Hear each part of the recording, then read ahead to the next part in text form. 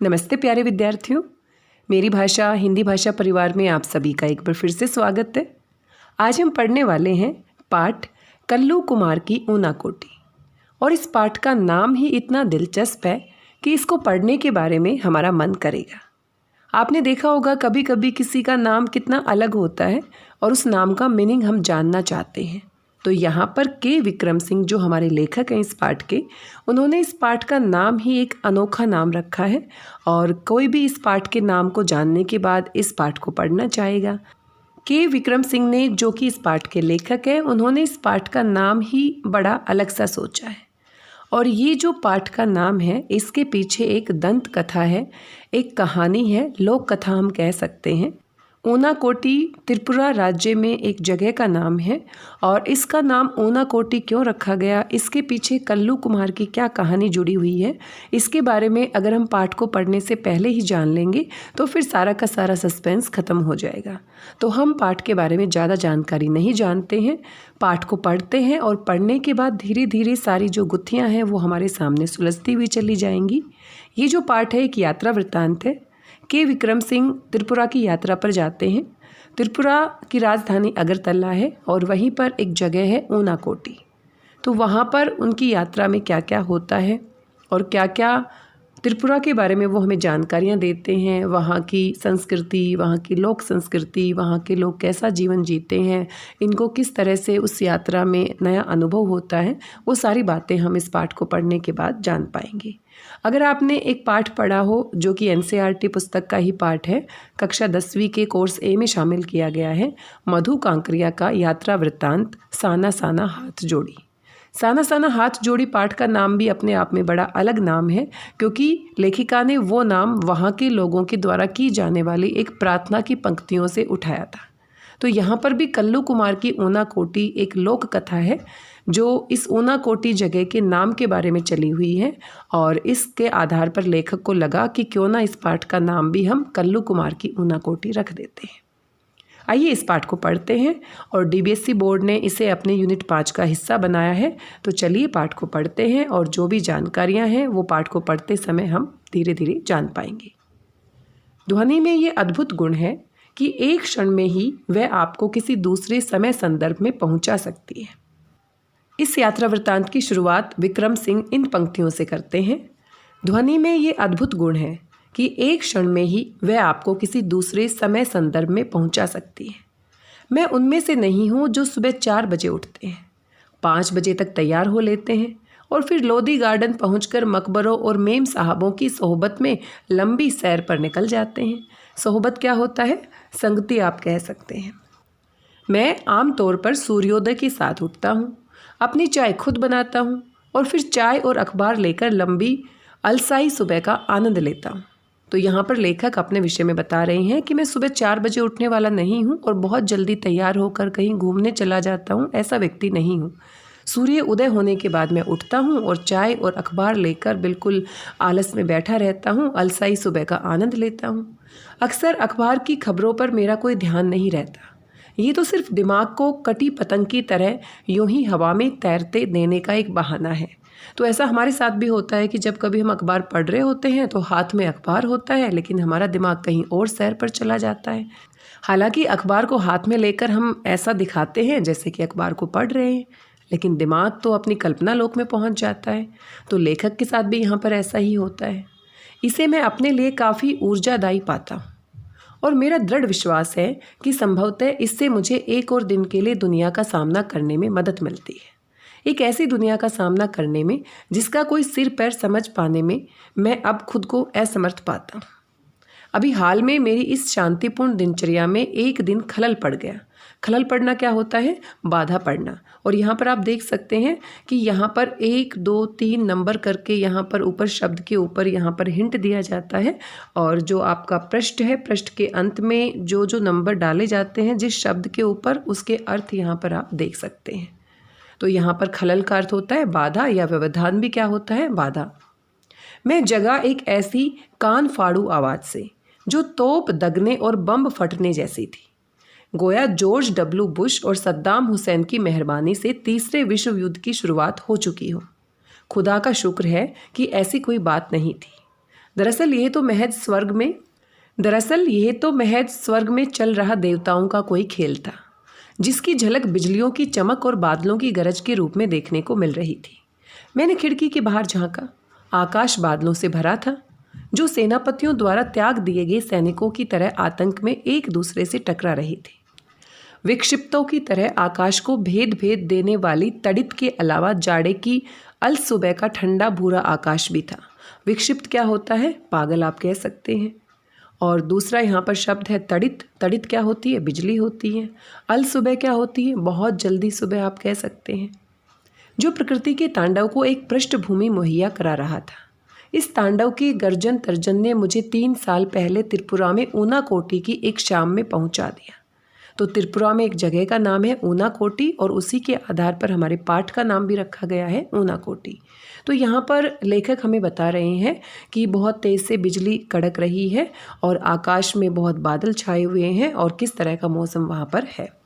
दिसंबर 1999 में on the road शीर्षक से 3 खंडों वाली एक टीवी श्रृंखला बनाने के सिलसिले में मैं त्रिपुरा की राजधानी अगरतला गया था।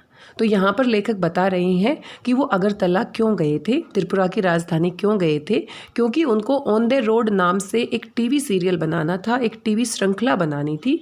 और 1999 की ये बात है जहाँ इन्होंने अगरतला के ऊनाकोटी की यात्रा की थी। इसके पीछे बुनियादी विचार त्रिपुरा की समूची लंबाई में आर पार जाने वाली राष्ट्रीय राजमार्ग 44 से यात्रा करने और त्रिपुरा की विकास संबंधी गतिविधियों के बारे में जानकारी देने का था। तो यहाँ पर ये यात्रा करने का उद्देश्य लेखक हमारे सामने स्पष्ट कर रहे हैं कि त्रिपुरा की पूरी लंबाई के आर पार जाने वाला जो राष्ट्रीय राजमार्ग 44 है, NH 44 है, उसकी यात्रा करना और साथ में त्रिपुरा के विकास से संबंधित अनेक गतिविधियों के बारे में जानकारी इकट्ठा करना इस यात्रा का उद्देश्य था। त्रिपुरा भारत के सबसे छोटे राज्यों में से है।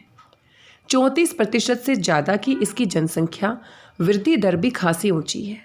3 तरफ से ये बांग्लादेश से घिरा हुआ है और शेष भारत के साथ इसका दुर्गम जुड़ाव उत्तर पूर्वी सीमा से सटे मिजोरम और असम के द्वारा बनता है।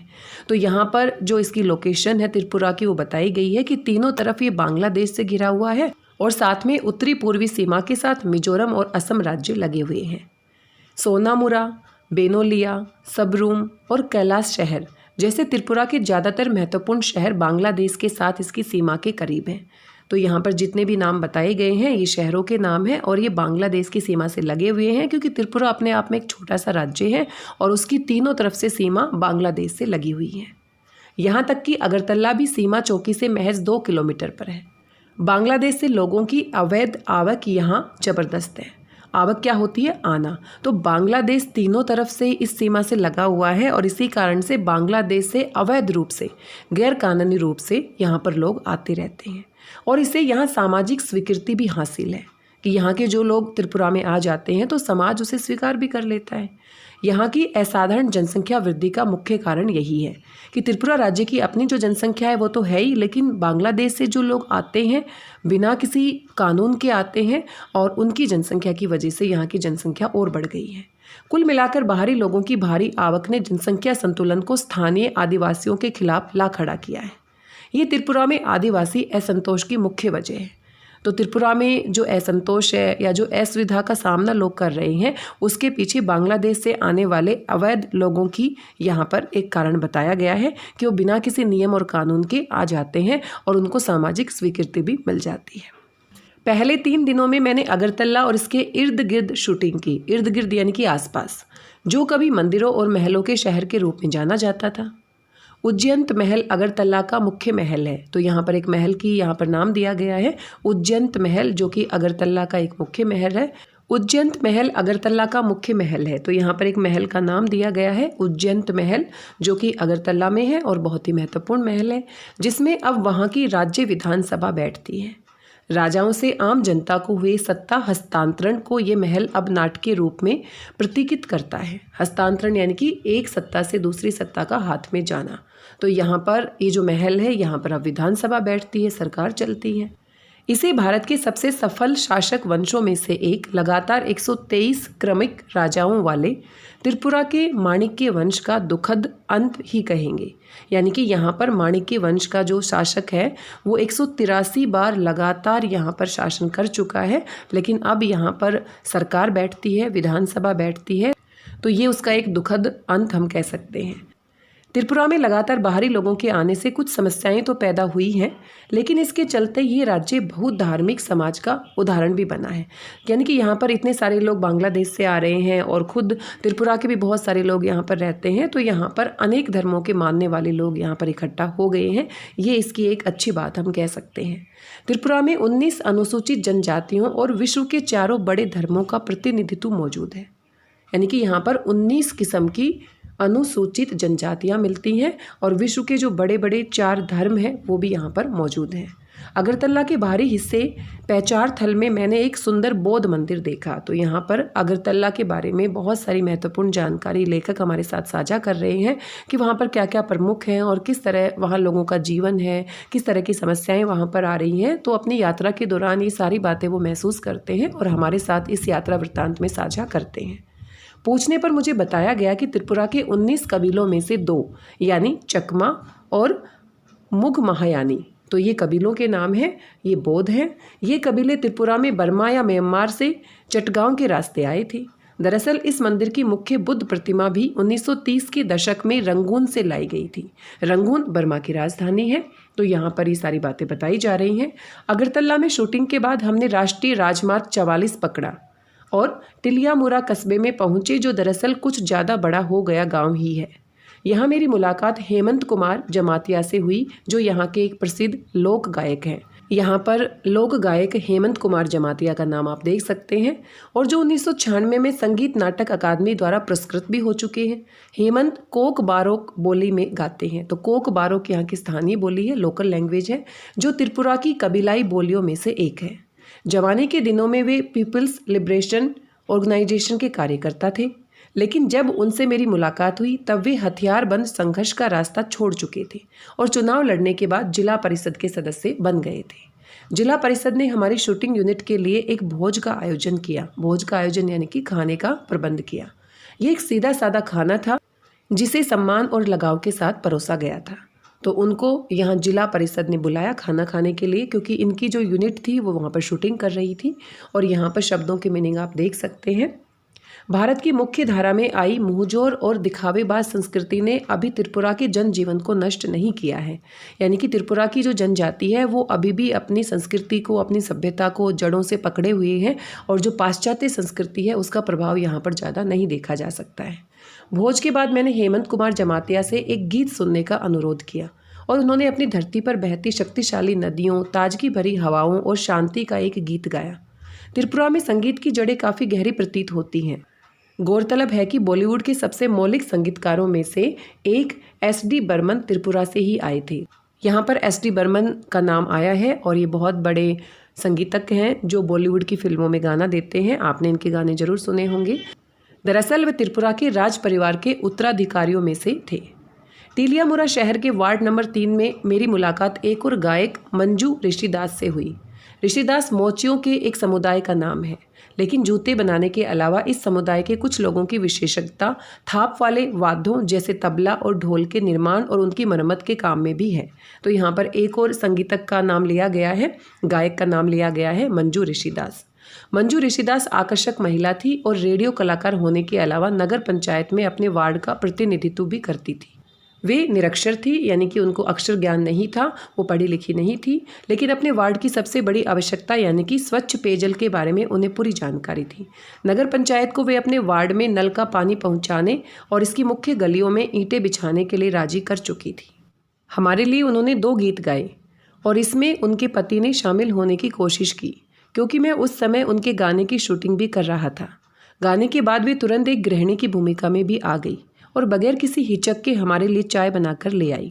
मैं इस बात को लेकर आश्वस्त हूँ कि किसी उत्तर भारतीय गांव में ऐसा होना संभव नहीं है, क्योंकि स्वच्छता के नाम पर एक नए किस्म की अछूत प्रथा वहाँ अब भी चलन में है। यहाँ पर लेखक हमें बताना चाहते हैं कि उत्तर पूर्व भारत के जो राज्य हैं वहाँ पर किसी प्रकार की छुआछूत नहीं है। अगर हम उत्तरी भारत की बात करें तो वहाँ पर किसी अनजान व्यक्ति को इस तरह से घर में खाना नहीं खिलाया जाता या घर में चाय या नाश्ता नहीं कराया जाता। ऐसी ही बात हम सिक्किम की यात्रा के दौरान मधु काकरिया का जो यात्रा वृत्तांत है, साना साना हाथ जोड़ी, उसमें भी हम देखते हैं।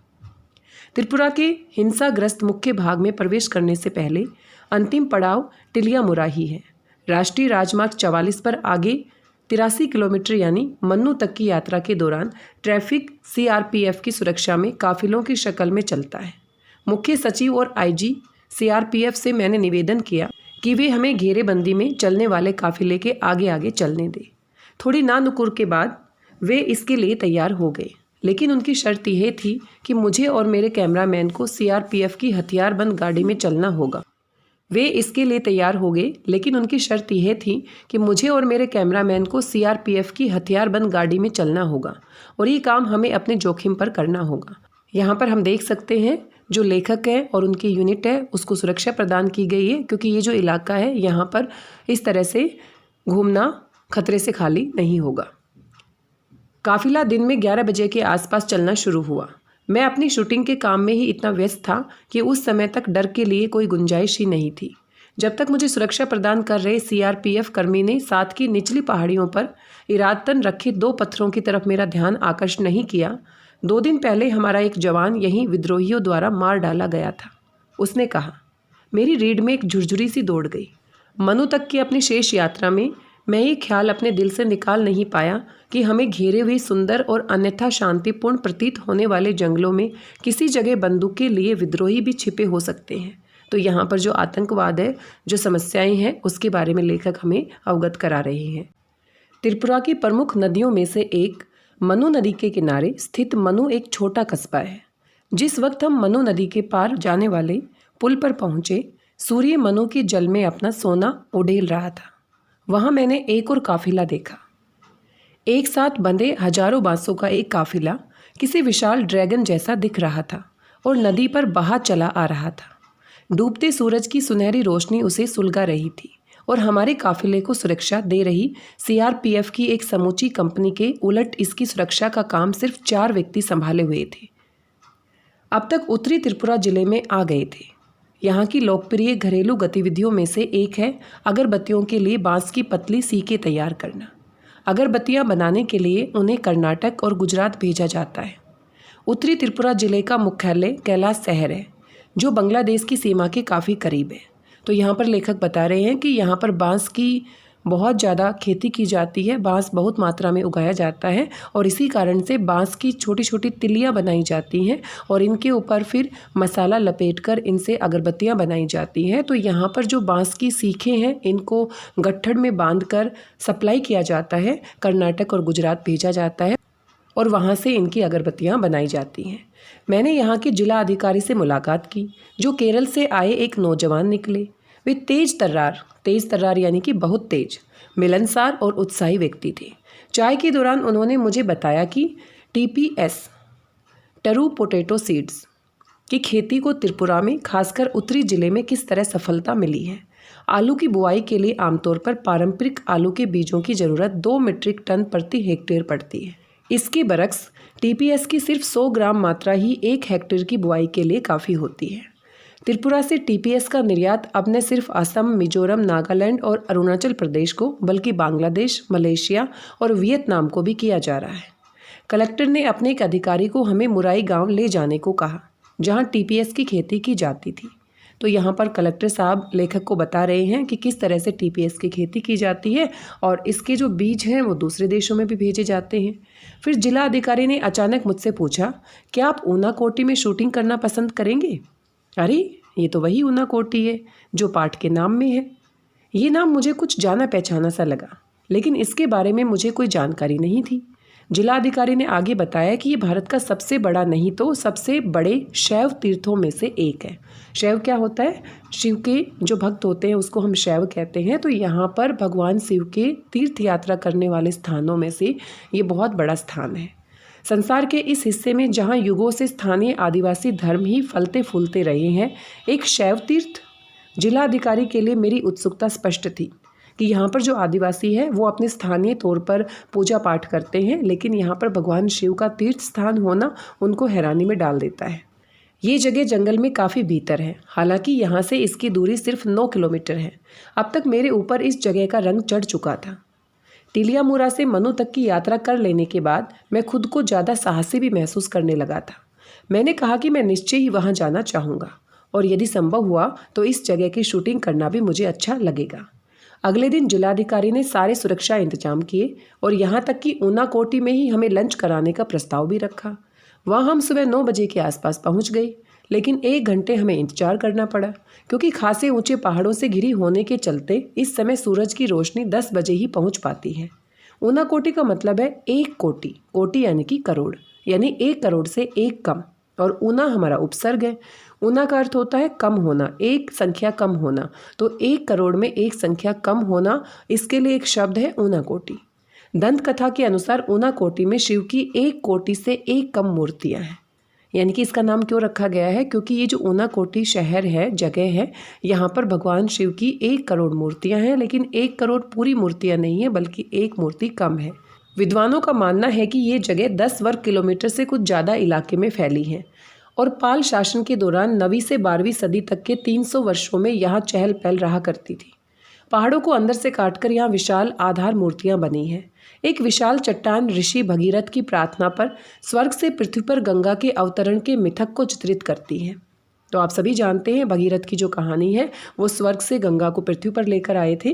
गंगा अवतरण के धक्के से कहीं पृथ्वी धंसकर पाताल लोक में न चली जाए, लिहाजा शिव को इसके लिए तैयार किया गया कि वे गंगा को अपनी जटाओं में उलझा ले और इसके बाद इसे धीरे धीरे पृथ्वी पर बहने दे। शिव का चेहरा एक समूची चट्टान पर बना हुआ है और उनकी जटाएं 2 पहाड़ों की चोटियों पर फैली हैं। भारत में शिव की ये सबसे बड़ी आधार मूर्ति है। पूरे साल बहने वाला एक जलप्रपात पहाड़ों से उतरता है, जिसे गंगा जितना ही पवित्र माना जाता है। ये पूरा इलाका ही शब्द से देवियों देवताओं की मूर्तियों से भरा पड़ा है। इन आधार मूर्तियों के निर्माता अभी चिन्हित नहीं किए जा सके हैं कि किन्होंने इन मूर्तियों का निर्माण किया था। स्थानीय आदिवासियों का मानना है कि इन मूर्तियों का निर्माता कल्लू कुम्हार था। तो ऊनाकोटी भी हमारे शीर्षक में है और कल्लू कुम्हार भी है। तो यहाँ पर जो आदिवासी है उनका मानना है कि ये जो मूर्तियाँ बनाई हैं, जो संख्या में 1 करोड़ से 1 कम है, इनका निर्माण किसने किया है? कल्लू कुम्हार ने। वह पार्वती का भक्त था और शिव पार्वती के साथ उनके निवास कैलाश पर्वत पर जाना चाहता था। पार्वती के जोर देने पर शिव कल्लू को कैलाश ले चलने को तैयार हो गए, लेकिन इसके लिए एक शर्त रखी थी कि उसे 1 रात में शिव की 1 कोटि मूर्तियाँ बनानी होगी। कोटि यानी कि 1 करोड़। कल्लू अपनी धुन के पक्के व्यक्ति की तरह इस काम में जुट गया, लेकिन जब भोर हुई यानी कि सुबह हुई तो मूर्तियां 1 कोटि से 1 कम निकली। कल्लू नाम की इस मुसीबत से पीछा छुड़ाने पर अड़े शिव ने इसी बात को बहाना बनाते हुए कल्लू कुमार को अपनी मूर्तियों के साथ ऊनाकोटी में ही छोड़ दिया और चलते बने। अब शिव कल्लू कुमार को कैलाश पर्वत लेकर जाना नहीं चाहते थे, लेकिन माता पार्वती ने जब उनसे कहा तो उनका मान रखने के लिए उन्होंने एक ऐसी शर्त रखी जिसको पूरा नहीं किया जा सकता। और यहाँ पर कल्लू कुमार भी पूरे के पूरे भक्त थे, वो जाना चाहते थे और 1 रात में उन्होंने 1 करोड़ के लगभग मूर्तियाँ बना दी, लेकिन इत्तेफाक से 1 कम रह गई। इसको भगवान शिव का ही प्रताप हम कह सकते हैं। इस जगह की शूटिंग पूरी करते शाम के 4 बज गए। सूर्य के ऊंचे पहाड़ों के पीछे जाते ही ऊनाकोटी में अचानक भयावना अंधकार छा गया। मिनटों में जाने कहाँ से बादल भी घिर आए। जब तक हम अपने उपकरण समेटे, बादलों की सेना गर्जन तर्जन के साथ कहर बरपाने लगी। शिव का तांडव शुरू हो गया था, जो कुछ कुछ वैसा ही था जैसा मैंने 3 साल बाद जाड़े की एक सुबह दिल्ली में देखा और जिसने मुझे एक बार फिर ऊनाकोटी पहुंचा दिया था। तो इन्हीं पंक्तियों के साथ ही यात्रा वृत्तांत यहाँ पर समाप्त हो जाता है और लेखक ने बहुत महत्वपूर्ण जानकारी त्रिपुरा, अगरतला, ऊनाकोटी के विषय में और वहाँ पर रहने वाले लोगों के विषय में, आदिवासी जनजातियों के विषय में और उनके जनजीवन से जुड़ी हुई समस्याओं के विषय में हमारे साथ साझा किया। तो ये पूरा यात्रा वृत्तांत था। ये आपको पढ़ना है, अच्छे से समझना है। अगर सारी बातें हमें समझ में आ जाती हैं तो अभ्यास के जो प्रश्नोत्तर हैं वो भी आप आराम से कर सकते हैं। इन प्रश्नोत्तर को आप ध्यान से पढ़ सकते हैं। पहला ही प्रश्न आप देख सकते हैं, ऊनाकोटी का अर्थ स्पष्ट करते हुए बतलाएं कि ये स्थान इस नाम से क्यों प्रसिद्ध है। तो कल्लू कुमार की जो पूरी कहानी यहाँ पर बताई गई है वो आप यहाँ पर लिखेंगे और ऊनाकोटी का अर्थ तो आपको पता लग ही गया होगा, 1 करोड़ में 1 कम, यानी कि 1 करोड़ से एक कम की जो संख्या होती है उसको हम क्या कहते हैं, ऊना कोटि। बाकी इन प्रश्नों को आप पढ़कर देख लीजिएगा। ये हमारा यात्रा वृत्तांत था। आशा करती हूँ पाठ आपको पसंद आया होगा। आप इसको दोबारा पढ़ लीजिएगा और अभ्यास प्रश्नोत्तर आप इनके हल कर सकते हैं। आज के लिए बस इतना ही। मिलते हैं किसी नए वीडियो के साथ। तब तक स्वस्थ रहिए, व्यस्त रहिए, मस्त रहिए और खुश होकर कुछ ना कुछ अच्छा पढ़ते रहिए। धन्यवाद, बहुत बहुत धन्यवाद।